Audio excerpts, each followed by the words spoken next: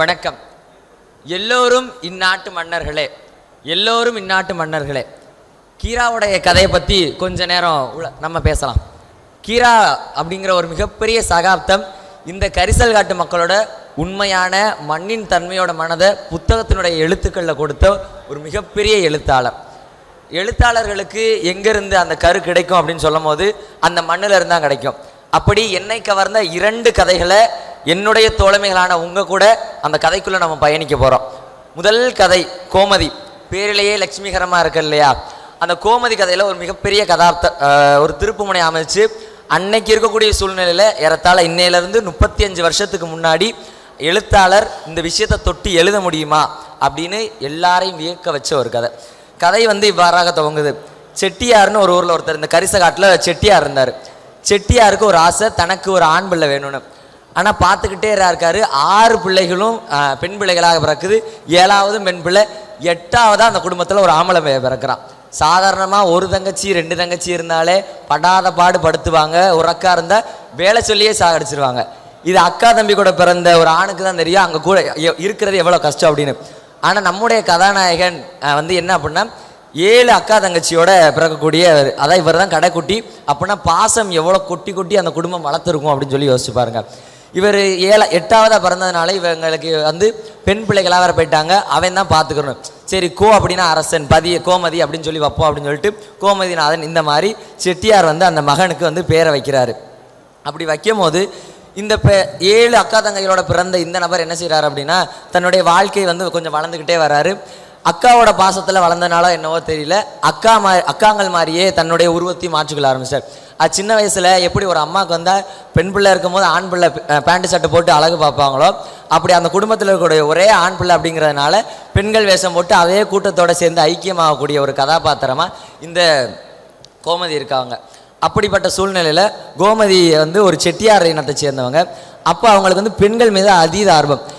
ஒரு கவிஞனுக்கு எப்பொழுது கதை பிறக்கும் அப்படின்னு சொன்னால் அவன் ஒரு பொருளை ரசிக்கும் போது. இன்றைக்கும் ஒரு குறிப்பிட்ட வம்சத்தில் இருக்கக்கூடிய மக்கள் கருப்பு வளையல் அணிஞ்சிருக்கக்கூடதை நம்ம பார்க்கலாம். இன்றைக்கி நம்ம கண்ணாடி வளையல், பீங்கா வளையல் அப்படின்னு போட்டுக்கிட்டு இருக்கோம். அதை தாண்டி மண்டையில் மாட்டக்கூடிய ஹேர் பேண்டை கையில் ஸ்டைலுக்கு போடக்கூடிய வழக்கம் இன்றைக்கி வந்துருச்சு. அதை எல்லாத்தையும் தாண்டி கருப்பு வளையல் போட்டிருப்பாங்களாம். இந்த நபருக்கு அந்த கருப்பு வளையலினுடைய சத்தம் ரொம்ப பிடிக்குமா. ஒரு கையில் கருப்பு வளையலும் இன்னொரு கையில் அந்த வைரங்கள் பதிச்ச வளையலும் போட்டிருப்பாங்க.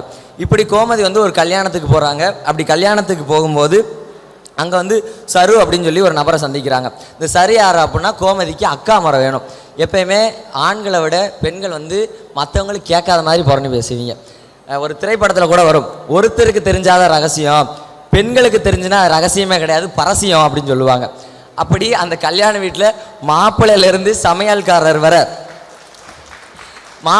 சமையல்காரர் வர எல்லாரை பற்றியுமே புறணி பேசக்கூடிய நபர்களாக இவங்க 2 பேர் இருக்காங்க.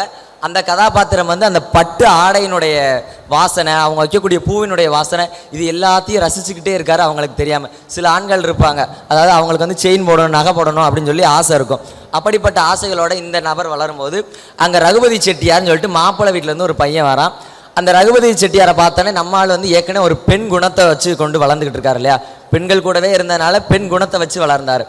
அப்படி தன்னை மறந்து அந்த நபர் மேலே காதல் வயப்பட்டுறாரு.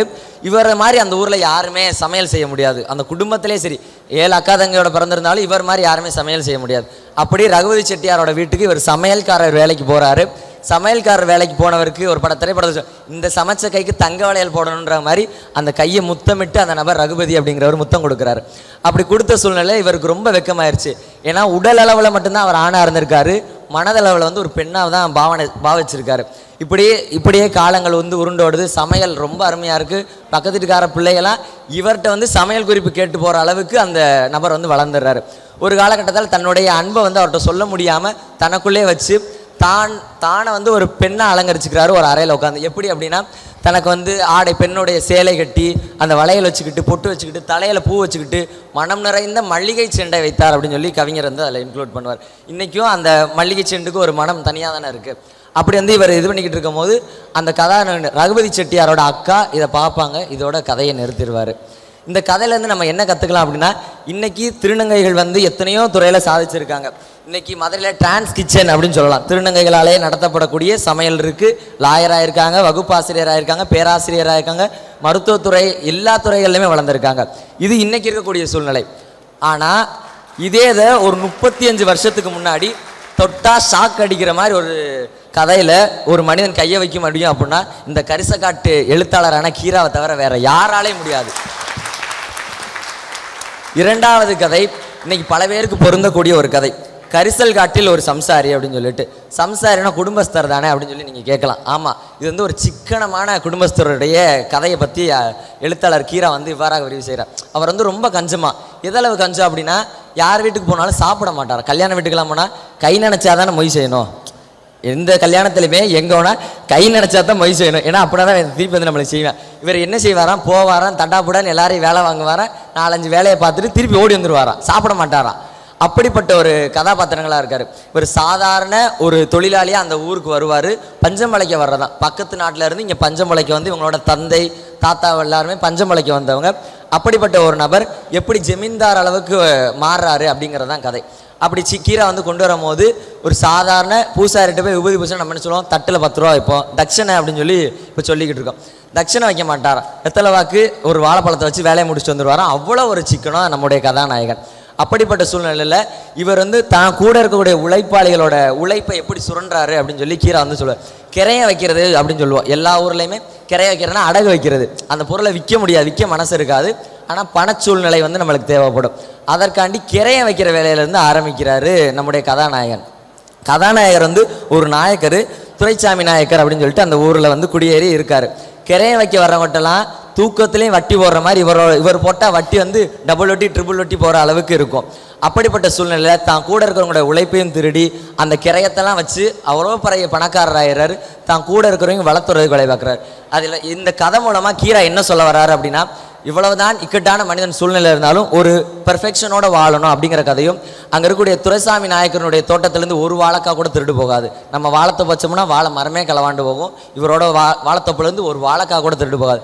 அப்படி இருக்கணும் அப்படிங்கிறதையும், ஒரு மனிதன் சிக்கனத்தோடு வாழ்ந்தால் சிறப்பாக வாழலாம், அதுக்கு அவன் செய்யக்கூடிய தவறான மற்றவங்களோட உழைப்பு சுரண்டல் இது எல்லாத்தையும் இது பண்ணக்கூடாது அப்படிங்கிறத சொல்லி கீரா அந்த கதையை முடிக்கிறாரு.